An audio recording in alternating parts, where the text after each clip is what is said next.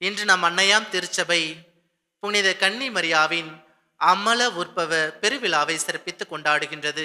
1854 திருத்தந்தை 9ஆம் பத்திநாதர் புனித கன்னி மரியாவை அமல உற்பவியாக பிரகடனப்படுத்தினார். லூர்து நகரிலே நாம் அனைவருக்கும் தெரிந்த ஒரு நிகழ்வு. அன்னை மரியாள் பெர்னதத்துக்கு காட்சி அளிக்கிறார். அன்னை மரியாள் காட்சி கொடுத்ததை பார்த்து அவரது பெயரை, யார் அவங்க, உங்களுக்கு யார் காட்சி கொடுத்தது, அவங்க பெயர் என்ன அப்படின்னு சொன்ன உடனே அவர்கள் அனைவரும் சொன்ன பெயர் அமல உற்பவி. வானதூதர் வந்து சொல்றாரு, உங்க வயிற்றுல ஒரு குழந்தை பிறக்க போறாரு, அவர் மீட்பர் அப்படின்லாம் சொல்றாங்க. ஒரு பெரிய ஷெடியூலே சொல்லிட்டு இருக்கிறாரு. இதெல்லாம் கேட்டு முடிச்ச உடனே நான் ஆண்டவரின் அடிமை, நிறைய கேள்விலாம் கேட்குறாங்க. கேட்டு முடிச்ச உடனே நான் ஆண்டவரின் அடிமை அப்படின்னு சொல்லிட்டு அன்னை மரியாள் சொல்லி முடிச்சிடுறாங்க.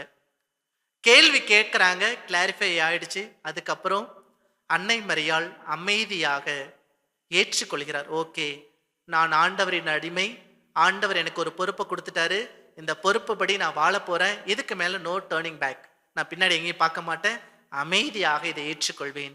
இதுக்கு மேல எனக்கு எந்த ஒரு பிரச்சனைகள் வந்தாலும் சரி, என் ஆண்டவர் என்னோட இருக்க போறாரு அப்படின்ற அந்த உற்சாகத்தையும் அந்த உறுதியான மனநிலையும் ஏற்றுக்கொண்டு எல்லா சூழ்நிலையிலும் அமைதியாக, எந்த ஒரு நிகழ்வு வந்தாலும் சரி, தன்னுடைய வாழ்க்கையில் எது வந்தாலும் சரி, உடனே அந்த அம்மா ரியாக்ட் பண்ணதே கிடையாது, ஏற்றுக்கொள்கிறார். நமது வாழ்க்கையிலும் சில நேரங்களில் கஷ்டங்கள், காயங்கள், கரைகள் வரதான் செய்யும். ஏற்றுக்கொள்ள வேண்டும். எனக்கு எதுவுமே வராது, நான் அப்படியே சேஃப்கார்டா 4 செவத்துக்குள்ளார ஜாலியா இருப்பேன், என்னை யாருமே தீண்ட முடியாது அப்படின்னு நினைச்சிடாதீங்க. அன்னை மரியாளை எடுத்துக்கொள்வோம். கரைப்படாத ஜென்ம பாவமே இல்லாம அந்த கரையே படாம ஆண்டவர் பாதுகாத்தார். ஆனால் இந்த மண்ணுலக வாழ்க்கையில் அவர் சந்தித்த ஏராளமான எதிர்ப்புகள் அதிகம். 10 மாசம் பெத்த ஒரே பிள்ளைய கல்வாரி பலியில எல்லாரும் காரி துப்புறாங்க, தரன்னு இழுத்துட்டு போறாங்க. எல்லாரும் அவமானப்படுத்துற மாதிரி சிலுவையில ஏறக்குறைய 3 மணி நேரங்களுக்கு மேலாக தொங்கிக் கொண்டிருக்கிறார்.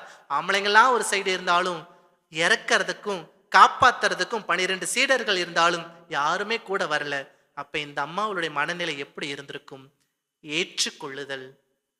என்னதான் அமல உற்பவியாக இருந்தாலும் அந்த அமல உற்பவத்தை தன்னுடைய அன்றாட வாழ்க்கையில் இந்த அம்மா கடைபிடிச்சிட்டே வந்தாங்க, காமிச்சுக்கிட்டே வந்தாங்க. பிரியமானவர்களே, நமது அன்றாட வாழ்க்கையை எடுத்துக்கொள்வோம். ஒவ்வொரு நாளும் நமது அம்மா, நம்ம அன்னை மரியாள் உங்களோடு இருக்கிறார், உங்களோடு பயணித்துக் கொண்டே இருக்கிறார். காரணம், இவர் நம் அனைவருக்கும் தாய்.